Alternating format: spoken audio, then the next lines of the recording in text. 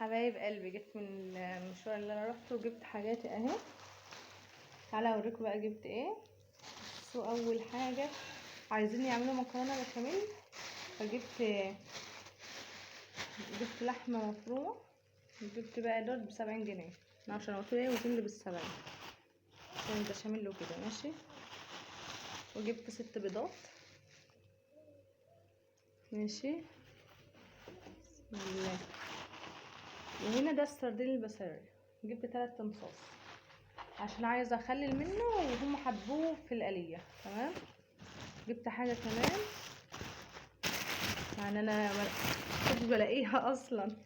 بصوا، زلمكات كذا مره اروح ملاقيهاش خالص نهائي. وجبت كمان كبد وقوانص، كيلو كبد وقوانص ب110. الزلمكات الكيلو ب45 جنيه يا جماعه. وجبت حاجه بعشقها، الصدور ما باكلهاش الا بفراخ، بس انا بحبها انا والبنات. اول مره اجيبها برضو عجبتني، مليانه كده وحلوه، فقلت اجيبها. ممكن لما بس هنعمل الزلمكات هعملها معاها. لو هنعمل النهارده فراخ ممكن احط منها كده، ممكن اقلبها في صينيه، مش عارفه. اهي رجول، بعشقها والله العظيم بعشقها. ممكن اقلبها بقى في صينيه كده مع بصل ولا حاجه، ممكن اسلقها محمره لان بحبها محمره اكتر. جبت دولت. وكده ايه بقى، انا عندي فراخ بس دي يعني انا بنزل يوم الخميس هجيب الحاجه اللي انا ايه ناقصاني.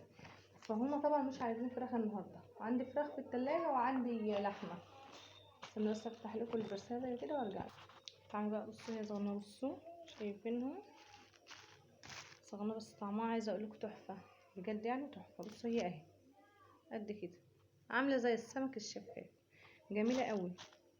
يعني انا جبتها مره واحده قالتها كان بصوا تحفه والله العظيم، ما كنت عايزه اكل منها حتى، بس اكلنا طعمها جميل جدا جدا. فانا جبت منها عشان اخلل، وجبت منها ايه نقلي، فانا جبت كيلو ونص يعني. والحلو كان ان هي رخصت النهارده عن الاسبوع اللي فات. النهارده كانت ب35، الاسبوع اللي فات كنت جايبها ب50 جنيه. تمام. فالاسعار بقى الوراك كانت ب100 النهارده، الزلمكات دي ب45، الكبد والقوانص ب110، الرجول ب25، البيض طبعا معروف الواحده ب6 جنيه. تمام. اللحمه المفرومه صراحه بقى اللي معرفش بقد ايه، انا قلت انا عايزه ب70 جنيه عشان طبعا اجيب مكرونه بقى وهجيب كيس لبن وكده، فهو حلو ب70 جنيه على صينيه مكرونه. تمام. وده الحاجات اللي انا جبتها النهارده، بس النهارده نعمل اكل تاني خالص. فيلا بقى شجعنا كده بلايكات لايكات لايكات لايكات. باي.